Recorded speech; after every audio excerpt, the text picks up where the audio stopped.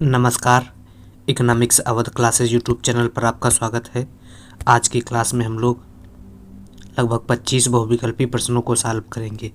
यह प्रश्न आगामी शिक्षक भर्ती परीक्षा जैसे TGT, PGT, NET, JRF, KVS, NVS, LT grade exam, BPSC 4.0 exam, RPSC first and second grade exam के लिए महत्वपूर्ण है तथा यह क्लास रिवीजन के लिए भी महत्वपूर्ण है। तो क्लास स्टार्ट करते हैं और देखते हैं आज की इस क्लास में क्या क्या प्रश्न लिए गए हैं। 1 नंबर प्रश्न है, वह मुद्रा जिसका आंतरिक धात्विक मूल्य उसके अंकित मूल्य से कम होता है उसे क्या कहते हैं। तो वह मुद्रा जिसका धात्विक मूल्य उसके अंकित मूल्य से कम होता है तो उसे सांकेतिक मुद्रा कहते हैं। सांकेतिक मुद्रा सी ऑप्शन में दिया गया है, इसलिए सही आंसर सी है 1 का। अगला 2 नंबर प्रश्न है, सांकेतिक मुद्रा का उदाहरण है सिक्के, कागजी मुद्रा, credit card, debit card, digital मुद्रा जैसे बिटकॉइन। तो सभी इनमें से सभी जो हैं वह सांकेतिक मुद्रा का एग्जाम्पल है, तो सभी डी में दिया गया है। 2 नंबर प्रश्न का सही आंसर डी है। अगला 3 नंबर प्रश्न है, निम्न में से किसे विदेशी प्रत्यक्ष निवेश के रूप में समझा जाएगा। किसे विदेशी प्रत्यक्ष के रूप में समझा जाएगा, तो ऑप्शन देखते हैं। भारत में शेयर बाजारों में शेयर खरीदने वाली कोई विदेशी कंपनी, भारतीय शेयर बाजारों में निवेश करने वाली कोई विदेशी पेंशन निधि, भारतीय शेयर बाजारों में शेयर खरीदने वाला कोई विदेशी वाणिज्यिक बैंक, और डी ऑप्शन में दिया गया है भारत में शैक्षिक संस्थान स्थापित करने वाली कोई विदेशी इकाई। तो एफडीआई जो है भारत में शैक्षिक संस्थान स्थापित करने वाली कोई विदेशी इकाई जब कोई स्कूल खोलेगी तो वह एफडीआई के अंतर्गत आएगा। 3 का सही आंसर डी है। अगला 4 नंबर प्रश्न है, प्रतिकूल भुगतान संतुलन की समस्या कब उत्पन्न होती है। जब निर्यात घटता है, जब निर्यात बढ़ता है, जब आयात घटता है। तो और डी ऑप्शन में दिया गया है जब आयात निर्यात से अधिक होता है। तो प्रतिकूल भुगतान की समस्या जब होती है जब आयात निर्यात से ज़्यादा होता है, मतलब आयात ज़्यादा होता है और निर्यात कम होता है तो प्रतिकूल भुगतान उत्पन्न होता है। तो सही आंसर 4 का डी है। अगला 5 नंबर प्रश्न है, व्यापार घाटा उस स्थिति का वर्णन करता है जहां वस्तुओं का निर्यात उसके आयात से अधिक होता है, वस्तुओं का निर्यात उसके आयात से कम होता है, सेवाओं का निर्यात उसके आयात से अधिक होता है, उपरोक्त में से कोई नहीं। तो व्यापार घाटा उस स्थिति में उत्पन्न होता है जब वस्तुओं का निर्यात जो है उसके आयात से कम होता है। निर्यात ज़्यादा होता है और आयात कम होता है तो व्यापार घाटा उत्पन्न हो जाता है। निर्यात वस्तु का निर्यात उसके आयात से कम होता है। हाँ, निर्यात कम होता है और आयात ज़्यादा होता है तो घाटा उत्पन्न हो जाएगा। तो सही आंसर बी है। अगला 6 नंबर प्रश्न है, एमआरटीपी एक्ट पास हुआ था कब। ऑप्शन ए में दिया है दिसंबर 1954, बी में दिसंबर 1980, सी में दिसंबर 1969 और डी में दिसंबर 1979। तो एमआरटीपी एक्ट दिसंबर 1969 में पारित हुआ था। तो 6 नंबर प्रश्न का सही आंसर सी है। अगला 7 नंबर प्रश्न क्या कह रहा है, एमआरटीपी एक्ट एकाधिकार और प्रतिबंधात्मक व्यापार व्यवहार अधिनियम लागू हुआ। तो यह अधिनियम जो है पारित हुआ था 1969 में और लागू हुआ था 1 जून 1970। तो 7 का सही आंसर ए है। अगला 8 नंबर, एमआरटीपी एक्ट पारित किया गया है चलैया समिति की सिफारिश पर, दत्त कमेटी की सिफारिश पर, झा कमेटी की सिफारिश पर, रंगराजन कमेटी की सिफारिश पर। तो चलैया तो ये गलत है, बी आंसर सही है। इसमें दत्त समिति की सिफारिश पर, दत्त कमेटी बी में दिया गया है। तो 8 नंबर प्रश्न का सही आंसर बी है। अगला 9 नंबर प्रश्न क्या कह रहा है, निम्नलिखित या निम्न में से भारत किस क्षेत्र से अपनी अधिकांश विदेशी मुद्रा अर्जित करता है। तो भारत जो है चाय के निर्यात से अधिक विदेशी मुद्रा अर्जित करता है? तो चाय का निर्यात, बी ऑप्शन में दिया गया है। 9 नंबर प्रश्न का सही आंसर बी है।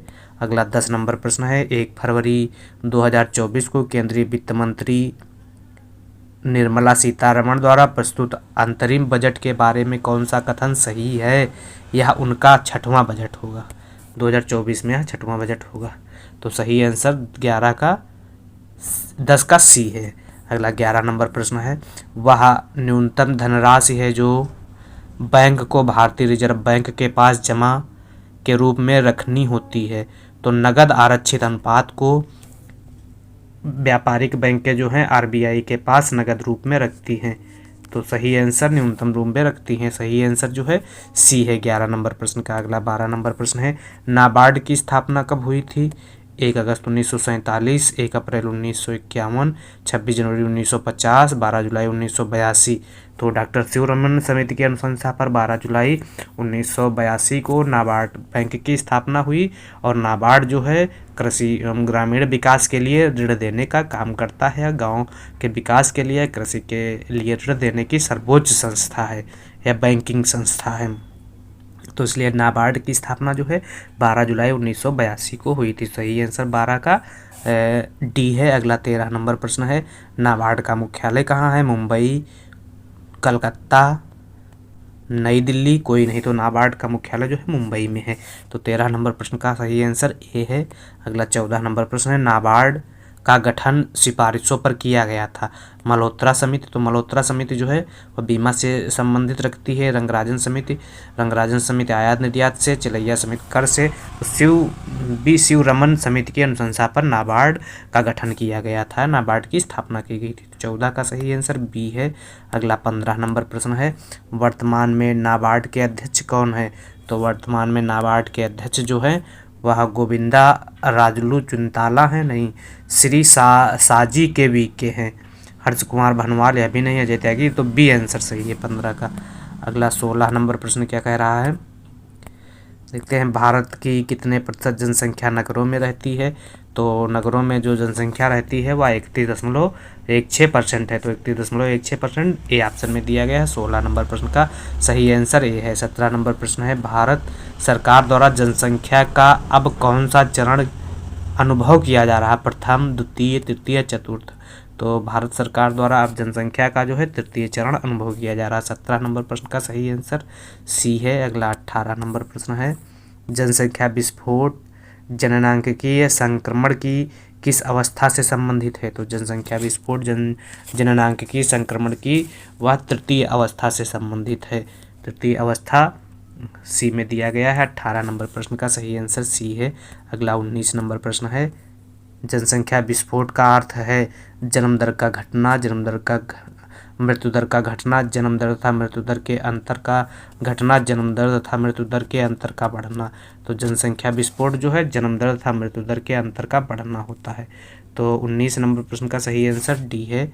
अगला 20 नंबर प्रश्न क्या कह रहा है, वर्तमान में राष्ट्रीय जनसंख्या आयोग किसके अधीन आता है?